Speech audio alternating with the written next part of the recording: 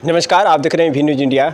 इस वक्त विधानसभा घोषी अंतर्गत उपस्थित हैं और हमारे साथ सुभाषपा पार्टी के चर्चित चेहरा है हमारे साथ और इनसे ही बात करते हैं। सबसे पहले स्वागत है। बहुत बहुत धन्यवाद आपको और आपके पूरे दर्शकों को। घोषी सीट से देखा जाए तो इन दिनों कि दलित वोट जो है घोषी सीट का एक बड़ा सा वोटर माना जाता है, जो जीत और हार का लोगों को एक आकलन होता है। लेकिन देखा जाए तो यहाँ से प्रत्याशी बीएसपी से बालकृष्ण चौहान है।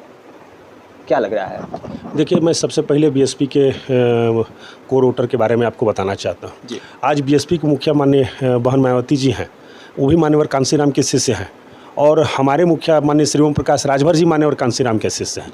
तो बहुत ऐसे भी बीएसपी के कोर मतदाता हैं, दलित वर्ग से जो लोग आते हैं, वो कह रहे हैं कि क्यों ना इस बार हम जब मान्यवर कांसीराम की परंपरा को आगे बढ़ाने वाले नेता आ रहे हैं तो हम उस नेता माननीय ओम प्रकाश राजभर जी की पार्टी को क्यों ना सहयोग करें।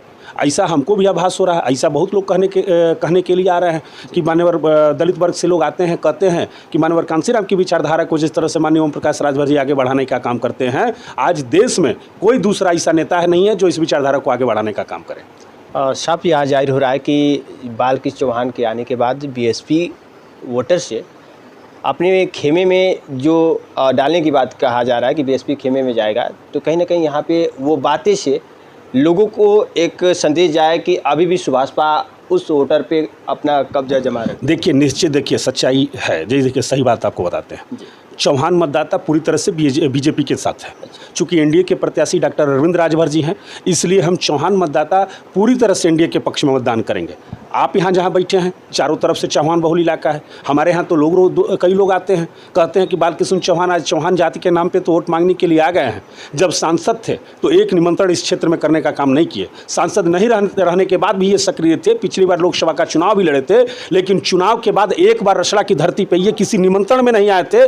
हम लोग स्वजाति जो चौहान वर्ग के लोग थे वो कार्ड देने जाते थे तो कहते थे कि अरे आपका तो बहुत दूर पड़ता है, कैसे आप आएंगे। वो चुनाव के समय जाते थे, उसी समय थक जाते थे, तो अब क्या आएंगे।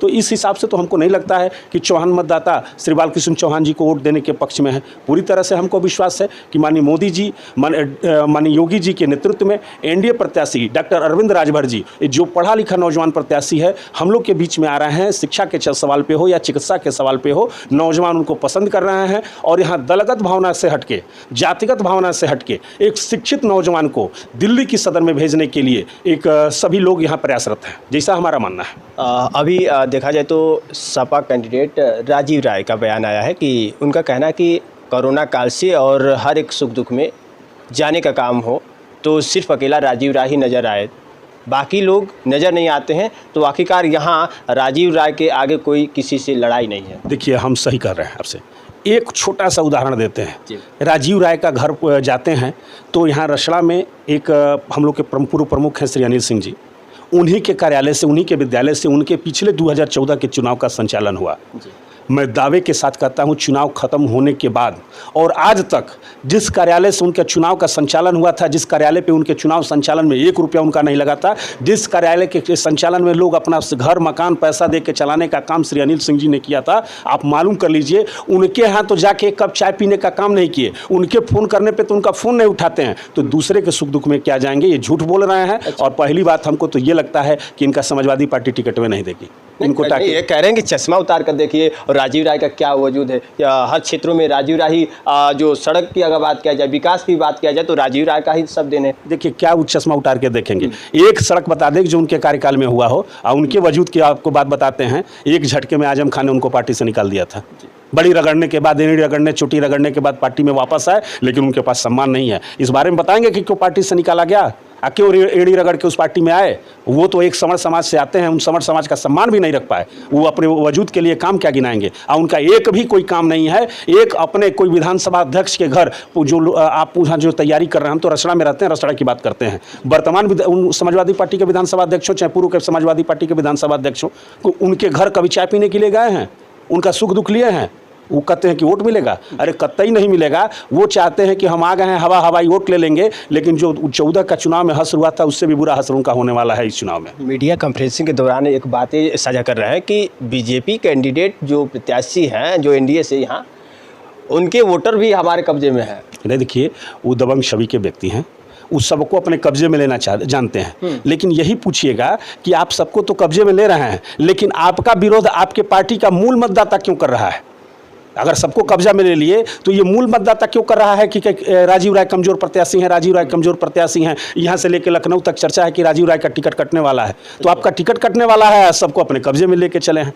ऐसा नहीं है, वो भर में है। तो कहीं ना कहीं टिकट बचाव के लिए भी शायद ये बात आ रही हो सकता है कि अपने टिकट बेचारे लगे हों कि टिकट ना कटे, किसी तरह से टिकट बच जाए। लेकिन अब ये समाजवादी पार्टी का अंदरूनी मामला है, हमको नहीं जानकारी है कि उनका टिकट कटेगा कि बचेगा। लेकिन समाजवादी पार्टी के बहुते लोग हमसे ही कहते मिले हुए हैं, जिस दिन उनका टिकट का घोषणा हुआ तो कम से कम 20 लोग फोन करके कहे कि अब तो समाजवादी पार्टी से ऐसा कमजोर प्रत्याशी आ गया कि आपके नेता डॉक्टर अरविंद राजभर की जीत तो 2 लाख प्लस वोटे से निश्चित है, बस आप लोग को मेहनत करने की जरूरत है। नहीं, ये सुर्खियों में था, अखबारों के माध्यम से भी अखिलेश जी ने एक संदेश दिया था कि घोषी जो प्रत्याशी है बदलने की बात चल रही है। तो शायद ये बात जो आप करें ये निश्चित समाजवादी पार्टी तो हर दूसरे तीसरे दिन अपनी प्रत्याशी घोषित कर रही है। आप पूर्व घोषित प्रत्याशी को काट के किसी दूसरे लोग को टिकट दे रही है। उनका ये नया चलन नहीं है, 2022 में भी यही किए थे। आज घोषणा करते थे, पर्चा दाखिला दूसरे से कराते थे, फिर उसका निरस्त करके वहाँ दूसरे को सिंबल देते थे। तो इनका पुराना चलन है, पहले से आप देखते आएंगे। समाजवादी पार्टी पूरी तरह से श्रवण विरोधी है, समाजवादी पार्टी पूरी तरह से श्रवण के खिलाफ काम करने का काम करती है।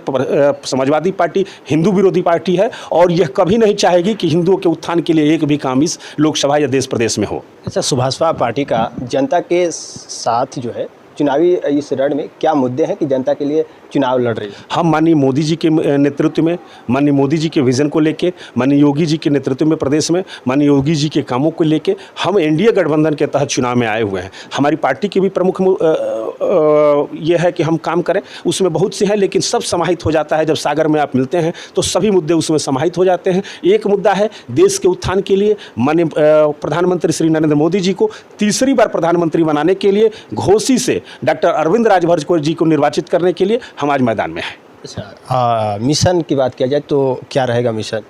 देखिए, मिशन है, पार्टी का मिशन होता है गरीबों के उत्थान के लिए, गरीब के उत्थान के लिए माननीय मोदी जी जिस तरह से काम कर रहे हैं वो भी हम लोग के एजेंडे में है। कुछ ऐसे भी बातें होती हैं कि जब 2 दलों का गठबंधन होता है तो कुछ मुद्दों को गौर कर दिया जाता है सहमत के आधार पे, फिर उसको आगे देखा जाता है। आज एक ही मुद्दा है कि जिस तरह से भगवान राम की प्रतिमा, राम की भव्य मंदिर अयोध्या में बना, आगे काशी में भगवान भोलेनाथ का मंदिर बने, मथुरा में भगवान कृष्ण का मंदिर बने, पूरा देश भगवामय हो, पूरे देश में सभी लोग एक दूसरे से अच्छे से मिलजुल के रहें। इसी परिकल्पना के साथ, इसी विकास के लिए हम रसड़ा को जिला बनाने के संकल्प के साथ चलने के साथ हम लोग आज लोकसभा घोषी के चुनाव मैदान में। मतलब रसड़ा को जिला बनाने की विचारधारा चल रही है? जी, हम एक पार्टी कार्यकर्ता होने के नाते, क्षेत्रीय नेतृत्व करने के नाते हम लोग रसड़ा को जिला बनाने के लिए सोच रहे हैं। यहाँ से उमाशंकर सिंह विधायक रहे और रसड़ा के एक गरीबों के मसीहा भी कहे जाते हैं।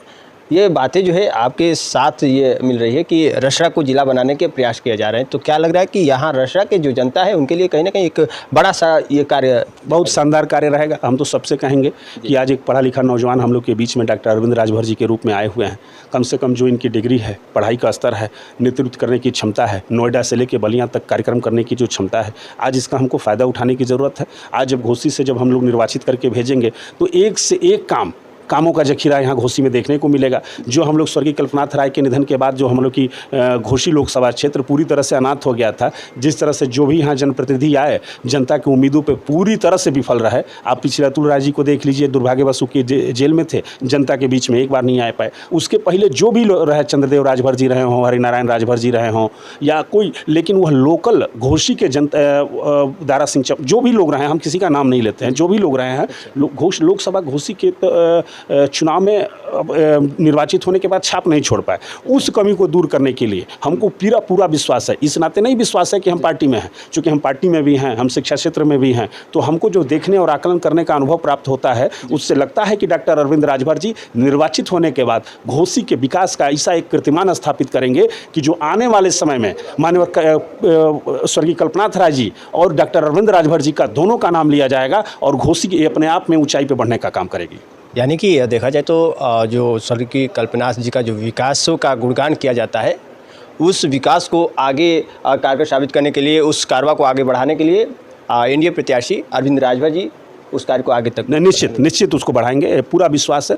डॉक्टर अरविंद राजभर जी योग्य हैं, कर्मठी हैं, काम करने की उनको क्षमता है, पढ़े लिखे नौजवान है, निश्चित उस विकास को बहुत आगे बढ़ाएंगे, जैसे हम लोग के बीच में चर्चा होते रहती है। जनता के बीच से संपर्क करने से क्या कुछ जानकारी मिला? जनता क्या चाह रही है? जनता निश्चित विकास के ऊपर चर्चा कर, बदलाव चाहती है। हाँ, विकास चाहती है और निश्चित जनता पक्ष में है। जनता पूरी तरह से माननीय मोदी जी के साथ है। वो देश में मोदी जी को तीसरी बार प्रधानमंत्री बनाने के लिए प्रयासरत रही, उसके लिए काम करना चाहती है और चाहती है कि एक पढ़ा लिखा नौजवान आएगा तो कल हमारा भी भविष्य बनेगा, हमारे भी बच्चे पढ़ाई की तरफ आकर्षित होंगे और पढ़ा लिखा लीडर आता है तो पढ़ाई के बारे में बात करता है।